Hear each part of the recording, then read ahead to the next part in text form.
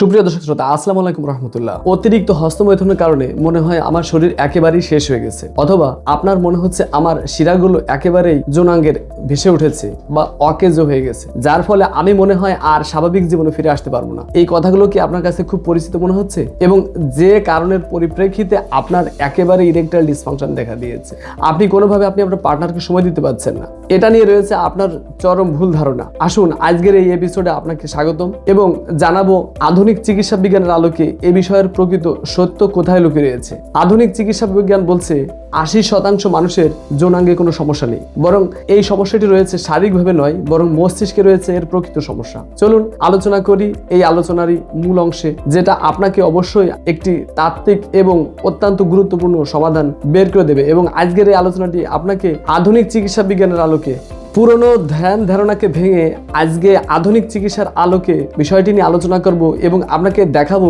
যে আসল সমস্যাটি কোথায় রয়েছে। এবং আজকের এই আলোচনাটিতে এমনভাবে গুরুত্বপূর্ণ অথেন্টিক যে তথ্য রয়েছে যা আপনার চিন্তা চেতনাকে অবশ্যই পাল্টে দেবে। চলুন আলোচনা শুরু করা যাক। সুপ্রিয় দর্শক শ্রোতা, আশা করছি আলোচনাটি শেষ অংশ পর্যন্ত দেখবেন।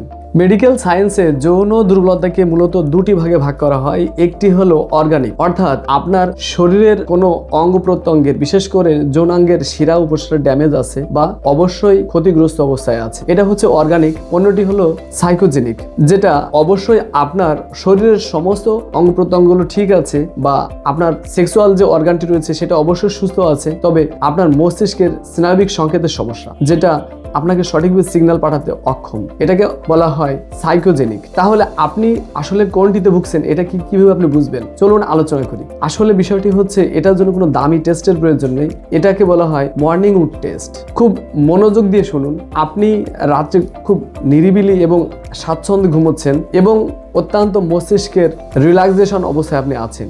এই অবস্থায় যদি আপনার ঘুমের ঘরে আপনার ইরেকশন তৈরি হয়, অর্থাৎ প্রাকৃতিকভাবেই আপনার সাড়া দেয়, এবং একইভাবে আপনি ঘুমের ঘরে বা জেগে উঠে আপনি যদি আপনার পার্টনারকে যথাযথ সময় দিতে না পারেন এবং আপনার শিরাগুলো যথাযথ কাজ করতেছে না বা যথাযথভাবে আপনি সময় দিতে না পারেন, তবে আপনার অল্প সময়ের ভিতরে অবশ্যই আপনার ধাতু নির্গত হয়ে যাচ্ছে। এটা হলে আপনি কি বুঝবেন? এটা আপনার শারীরিক দুর্বলতা নয়, বরং এটি হচ্ছে আপনার মস্তিষ্কের সমস্যা।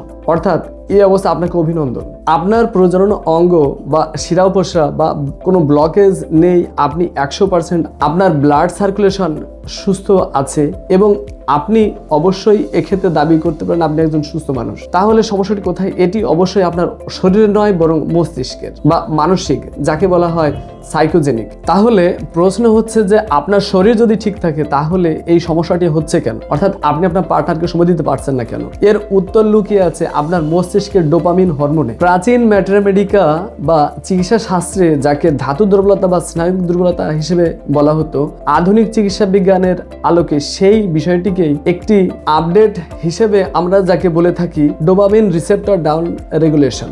দীর্ঘদিন ধরে উচ্চ মাত্রার পর্নোগ্রাফি দেখা বা অতি মাত্রায় উদ্দীপনার সৃষ্টি করার ফলে যে মস্তিষ্কের ডোপামিন নিঃসৃত হয়, এই মস্তিষ্কের অতিমাত্রায় ডোপামিন নিঃসৃত হওয়ার কারণে মস্তিষ্ক বেঁচে থাকার কারণে আপনার নিজের থেকে রিসেপ্টরগুলোকে বন্ধ করে দেয়। ফলে আপনি যখন স্বাভাবিক উদ্দীপনায়, অর্থাৎ আপনি আপনার পার্টনারকে সময় দিতে যাচ্ছেন, তখন মস্তিষ্ক যথাযথভাবে সিগন্যাল পাঠাতে সক্ষম হয় না। অর্থাৎ আপনার শরীর রেডি থাকে কিন্তু আপনার মস্তিষ্ক যথার্থভাবে সিগন্যাল পাঠাতে ব্যর্থ হয় এবং আপনি আপনার দ্রুত ইজাকুলেশনের ফলে দ্রুত আপনি আবার ব্যর্থ হয়ে যান। এটার মূল কারণ হচ্ছে মস্তিষ্কের অসাড়তারই একটি রিফ্লেক্স অ্যাকশন। অর্থাৎ আপনার মস্তিষ্কের যে ডোপামিন এর অতিমাত্রা নিঃসরণের ফলে আপনার এই হরমোনাল ডিসঅর্ডার দেখা দেয় এবং আপনি আপনার পার্টনারকে যথার্থ সময় দিতে ব্যর্থ হন এবং আপনার দ্রুত বীর্যপাত হয়, যার ফলে এর সাথে যুক্ত হয় পারফরম্যান্স অ্যাংজাইটি। অর্থাৎ আমি কি পারবো, আমার কি আজকেও দ্রুত পতন হবে, এই চিন্তাগুলো আপনার শরীরে কর্টিসল নামক স্ট্রেস হরমোন অতিমাত্রায় প্রেসার ক্রিয়েট করে, অর্থাৎ চাপ সৃষ্টি করে, যার ফলে টেস্টোস্টেরন হরমোন অতি দ্রুত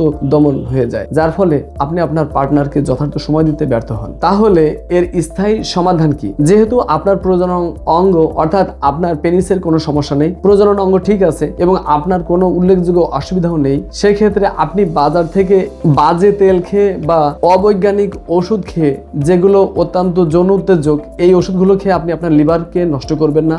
এর ফলে আপনি দেখবেন আপনার পার্টনারকে যথাযথ সময় দিতে অনেকটা আপনি সক্ষম হবেন। আর আরেকটি বিষয় হচ্ছে যে এর জন্য আপনার ব্রেনকে রিওয়ারিং করা প্রয়োজন। প্রথম শর্ত, মস্তিষ্কে ডোপামিন ডিটক্সে পাঠাতে হবে। অর্থাৎ আপনি কোনো কৃত্রিম দৃশ্য, অর্থাৎ আমরা যেটা মোবাইলে প্রচুর পরিমাণে পর্নোগ্রাফিতে আসক্ত হয়ে যায়, এই ভিজুয়াল স্টিমুলেশন অবশ্যই আপনাকে বন্ধ করতে হবে।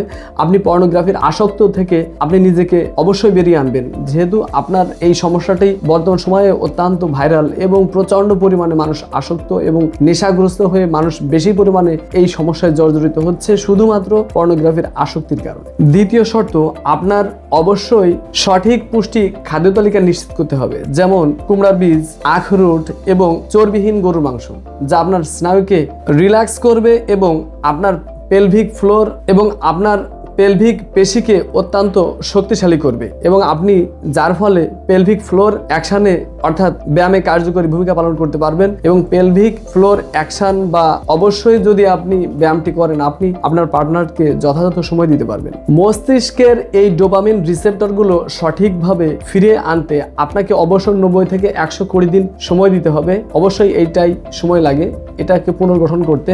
আর সুস্থ স্বাভাবিক জীবনযাত্রার ফলে আপনার এই রিসেপ্টরগুলো সঠিকভাবে তার কার্যকারিতা ফিরে পেতে পারে প্রাকৃতিকভাবে। ভুল ধারণা আর অন্ধবিশ্বাস থেকে বেরিয়ে এসে সঠিকভাবে নিজেকে চিকিৎসা করার এখনই উত্তম সময়। মনে রাখবেন, সঠিক জ্ঞান আপনাকে দিতে পারে মুক্তি এবং সত্যের আলোকে নিজেকে গড়ে তুলুন। সুস্থ এবং সঠিক এবং মানসম্মত জীবনযাপন ধারার মাধ্যমে আপনি আপনার জীবনকে নতুন করে সাজাতে পারেন এবং আধুনিক চিকিৎসা বিজ্ঞানের মাধ্যমে, বিশেষ করে হোমিওপ্যাথিক চিকিৎসার মাধ্যমে আপনি আপনার এই সমস্যা থেকে উত্তরণ করতে পারেন।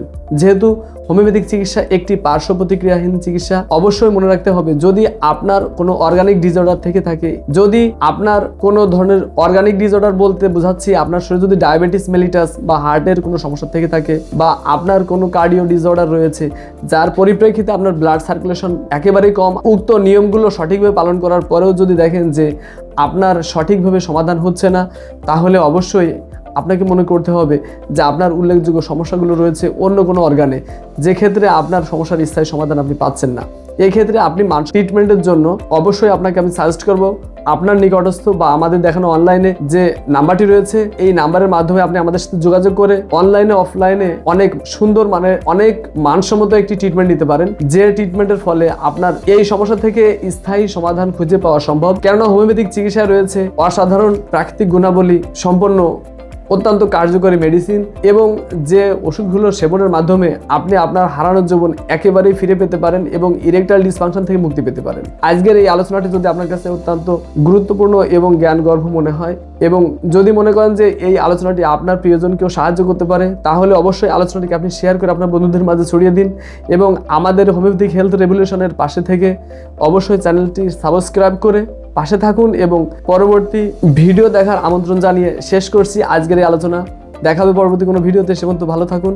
আসসালামু আলাইকুম রহমতুল্লাহ।